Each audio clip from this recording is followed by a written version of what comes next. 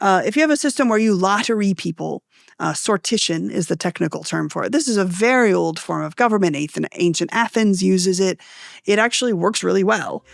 It's important, I think, here to zoom in a little bit on Florence's own government system and how and why it's weird in order to understand what rank Machiavelli actually holds in it. Yeah. So all of these republics, except Florence, are modeled on ancient Rome. And the ancient Roman model was an oligarchic republic in which within the city there are certain noble families, usually founding families who made the city in the first place, who they are the senatorial families. Hereditarily, when they come of age, they automatically, the men of the family are in the Senate.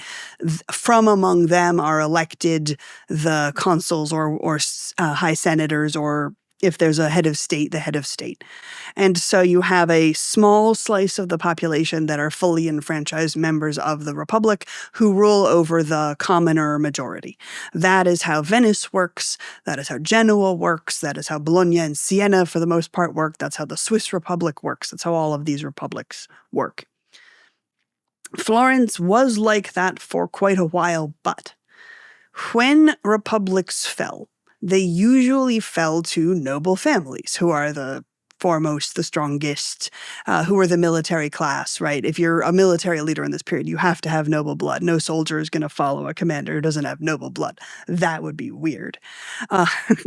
And those threats to the independence of the republic almost always came from the nobility. And after one particular near miss in which the city was nearly taken over, they decided to get rid of the nobility of Florence. And they massacred most of them and cut their heads off and put them on pikes and burned their houses down and raked salt into the earth and had a party on their graves, the way you do in the period when you're getting rid of a class of people. There were a few noble families that they really liked who had not been part of negative stuff, who they instead allowed to officially renounce their nobility. And they renounced their nobility and changed their names and declared themselves commoners. And they set up a commoner republic.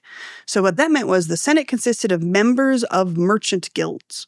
A member of a merchant guild here means the owners of workshops, not the guy who sits at the loom weaving, but the guy who owns the warehouse full of looms where the workers are working. From the perspective of every other polity in the world, the rulers of Florence are the rank of their valet, right?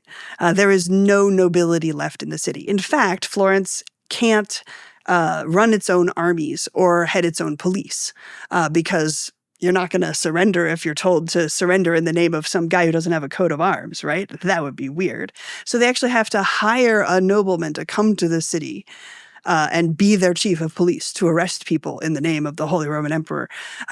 And one at a time, they'll invite a skilled military commander nobleman. He'll come to the city. He'll be podesta. He'll live in the palace, which is also the prison. He'll arrest people who enforce the law. They will pay him handsomely at the end of the year, escort him to the gates, and then banish him from the city for life on pain of death so that he cannot return and make use of the power that he had in the city to try to take over. So they're very, very wary of any nobleman. And they've set up a really weird republic, weird from the perspective of everyone around them, in which a bunch of merchants are trying to share power by being lotteried into the Senate. And so you put names in a bag. You examine all of the merchant members of guilds. You choose which ones are, fit to serve, meaning not ill and dying, not insane, not so deeply in debt that they could be manipulated by the people who they owe money to. Their names go in a bag. You choose 9 guys at random. They rule the city.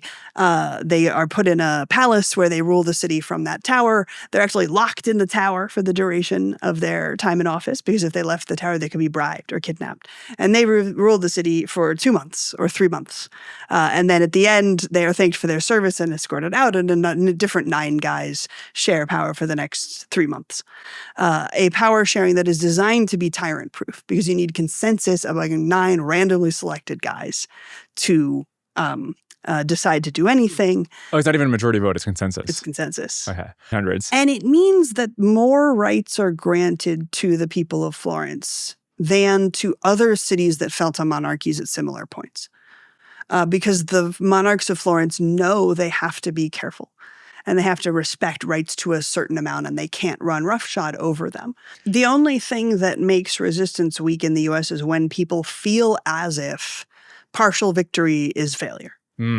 Right? Right. And remembering moments like how Florence's resistance all the way to the end meant that there was more liberty for the next several centuries, even under the tyrant, is what we need to remind ourselves, that actually partial victory is an important thing. And even if the worst were to happen and there were to be tyranny, that tyranny would be so much weaker because there was a lot of resistance, and traditions of resistance and structures would develop that would continue to exist.